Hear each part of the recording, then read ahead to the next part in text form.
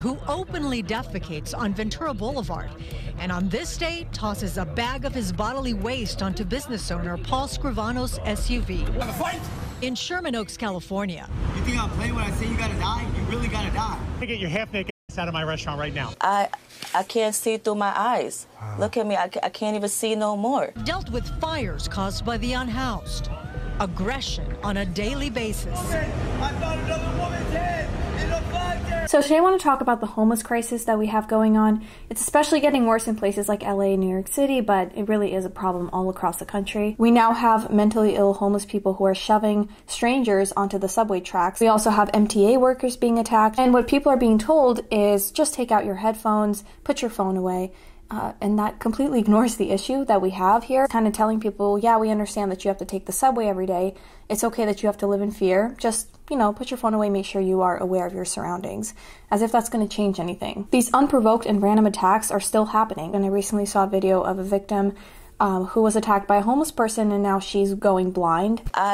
I can't see through my eyes. And that's recklessness of what's going on in the political parties right now. That people, innocent people like me, have to go through. In LA, there are homeless people who are throwing feces at business owners and being aggressive, but the far left is saying it's their right to be on the street even if they are mentally ill and a danger to themselves and other people. Still, it's their right. They can be doing whatever they want.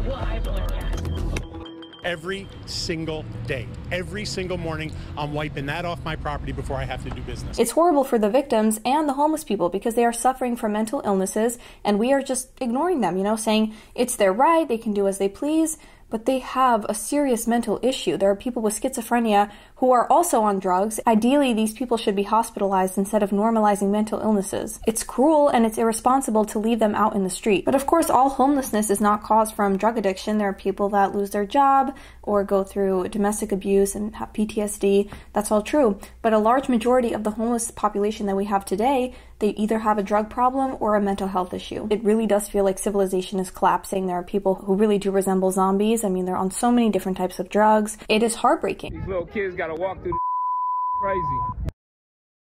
I've been to a lot of countries. I've never seen a homeless problem like we have here in America, especially places like Skid Row. You walk around and it really does feel like a zombie apocalypse. And what happened in California is that they were taking taxpayer money to build up these apartments for the homeless people, which eventually got wrecked. And a lot of people were skeptical about it because you're taking, drug addicted homeless people and putting them into luxury apartments. And then a lot of them ended up going back onto the street anyway in search of drugs. Also, there are places like Venice, and a lot of people after getting out of jail, they go there, they bring all sorts of, gun violence, drugs, things like that, because they know it's easy to find other drugs there and to steal from people that live there. The left is also trying to, normalize this homeless problem and saying that it's the compassionate thing to do to just let them be, leave them on the street.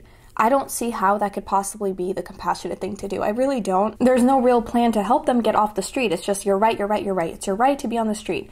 Well, is it their right to attack the civilians that walk by them, or to run around half naked, or to steal from other people to fund their drug addiction? San Francisco also had these homeless hotels where a lot of people ended up going missing or dying from drug overdose. And they spent over $160 million on these homeless hotels, even though a lot of people ended up just going back onto the street to find drugs. And when the people are saying, oh, it's a matter of income, they just don't have, a place to go, well, why then, when they were provided housing, they went back to the streets? Obviously, a mental health issue as well. Sir, do you need help? The city is offering help. I don't need help. Every day is like another adventure of One Flew Over the Cuckoo's Nest. It is like literally a psych ward. Anybody offered you housing?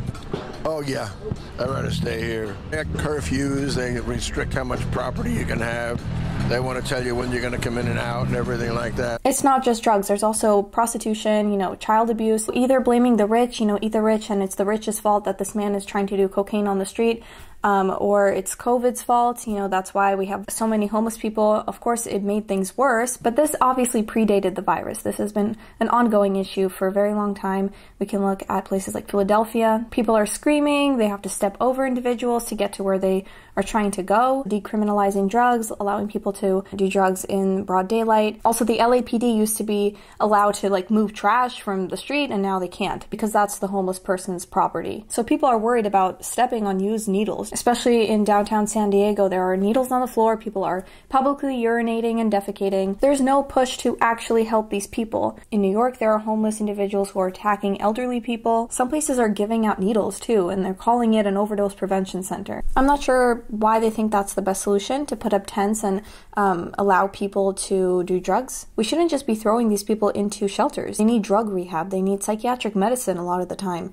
Fires, crime have to some residents become intolerable. San Francisco has always had a very tolerant history of, drug use and drug culture. It's not just things like marijuana, it's also like harder drugs, heroin, meth, and they had a huge issue with overprescribed opioids where people would get addicted and then resort to things like heroin. We have places like Venice where when the taxpayers pay to move the tents, all that they do is just relocate them, so they don't actually take care of the issue. And they say that the tents don't pose any threat to the public. It's not empathetic to say let them do what they want to do. It's okay if they die surrounded by filth and needles. And they need treatment, not a luxury apartment.